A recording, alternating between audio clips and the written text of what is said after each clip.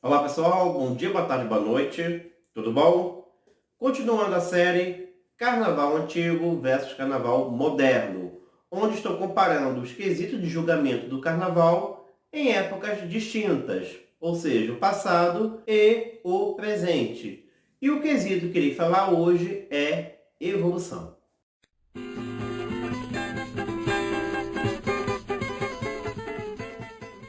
E o que é a evolução de uma escola de samba? É o ritmo de andamento de um desfile, ou seja, tudo relacionado ao deslocamento, caminhar do desfile, ele é avaliado, como os buracos, as paradas, que não podem ser muitas, ou seja, quanto mais constante for esse ritmo, melhor será avaliada a sua evolução.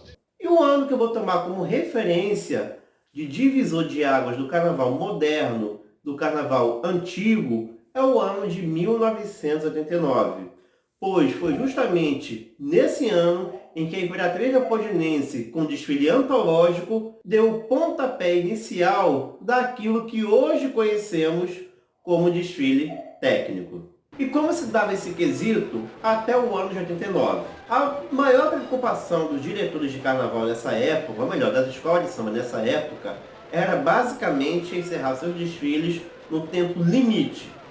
Isso que é a principal preocupação de evolução, ou com um ritmo mais acelerado ou mais cadenciado. Buracos eram bem comuns nessa época. Eles não eram avaliados com muita rigidez, eles não eram muito considerados como hoje são pelos jurados e até pelas próprias escolas de samba. E quando eu falo buracos, não estou falando normalmente daqueles buracos que surgem de uma ala a outra. Era comum ver espaços na própria ala, pois nessa época o componente podia evoluir, podia andar dentro da sua própria ala, coisa que não pode hoje. Então é comum ter espaços vazios dentro da própria ala, entre alas e entre uma ala e uma alegoria.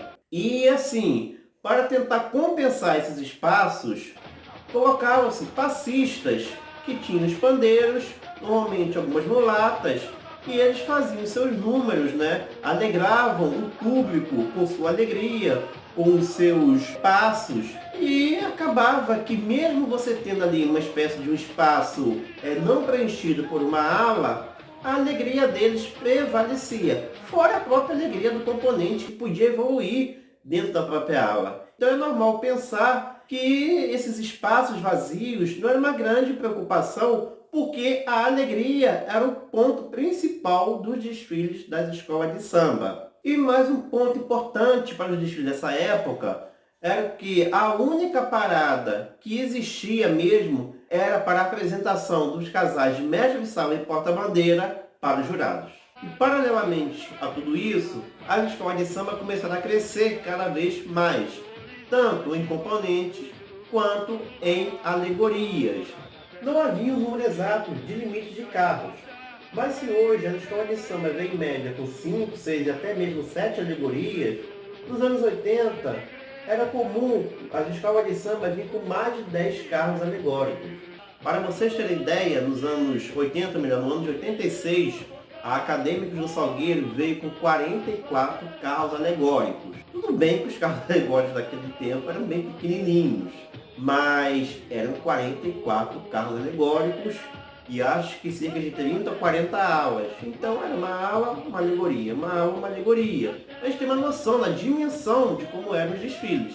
E para passar tudo isso, milhares de pessoas e mais de 40 carros, você tinha que ter o quê? Uma evolução mais apressada. E aí vem um ponto positivo dessa época, que perdurou muito nos anos 80. Os desfiles eram mais dinâmicos. Não tinha essa história de ficar parando para apresentação para os jurados. Pois, como eu falei lá no vídeo de mestre, sala e porta-bandeira e comissão diferente, não existia as paradas que existem hoje e tudo fluía de uma forma assim mais bacana de se assistir.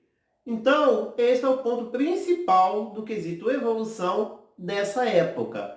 Em compensação, o ponto negativo era justamente muitos espaços vazios e dependendo do desfile você via, na verdade, mais chão do que componentes fantasiados.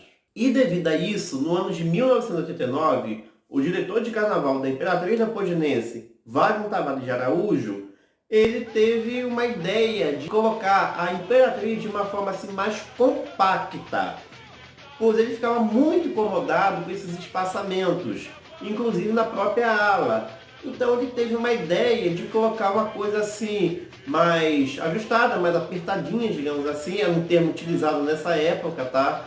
E de modo que não houvesse buracos entre as alas e também entre as alas e as alegorias. Esse foi o pontapé inicial do desfile técnico.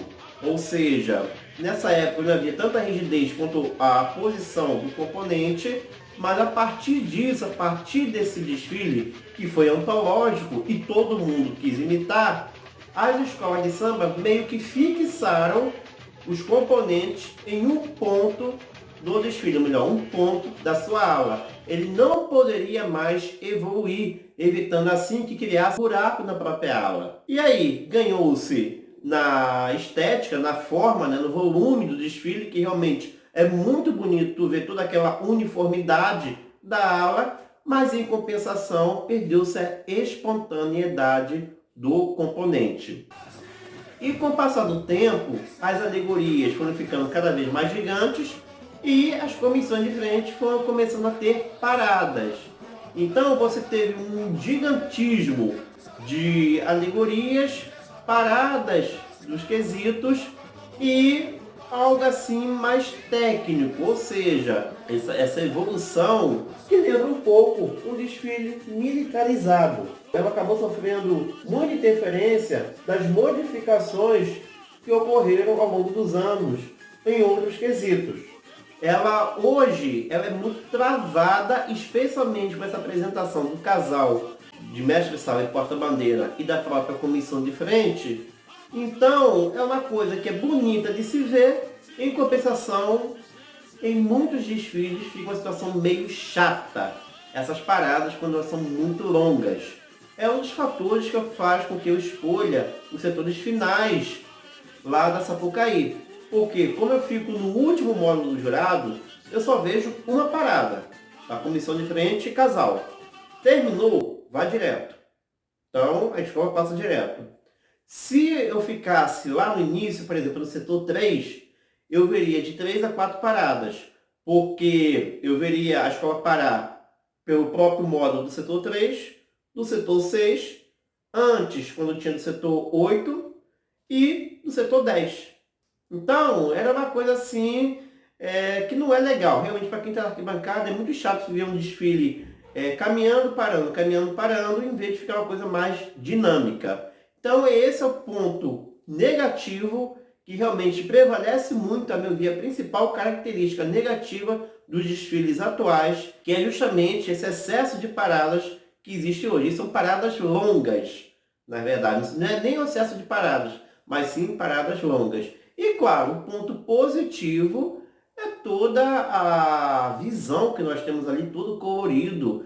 Normalmente você não vê o chão numa visão aérea no desfile de escola de samba, justamente pela armação que existe. Mas em compensação, perdemos a alegria. E aí, qual é o meu balanço de tudo isso? Afinal de contas, esse quesito evolução, ele melhorou com o tempo ou ele piorou? Bom, comissão de frente eu falei que ele caiu, e caiu muito. Mestre de sala e porta-bandeira eu falei que, de modo geral, melhorou com o tempo. E evolução também eu acho que caiu, não tanto quanto comissão de frente, mas ele caiu um pouco. Realmente, essa história de ficar travando o desfile demais por essas paradas, não dá para a gente deixar de lado. Viu? Como eu já falei, é a principal característica negativa que existe nos desfiles. Então, por esse motivo, realmente eu vejo que o quesito evolução, com o tempo, ele regrediu, como eu coloquei no título do vídeo. E era isso que eu tinha para falar do quesito evolução. Quem não acompanhou os outros vídeos, dê uma maratonada aí, procura, tem a playlist do Carnaval Antigo versus Carnaval Moderno. Esse é o episódio 3 e eu pretendo fazer aí todos ou quase todos os quesitos de julgamento do Carnaval, tá bom? Qualquer coisa, deixe seus comentários e até a próxima. Valeu, abraços.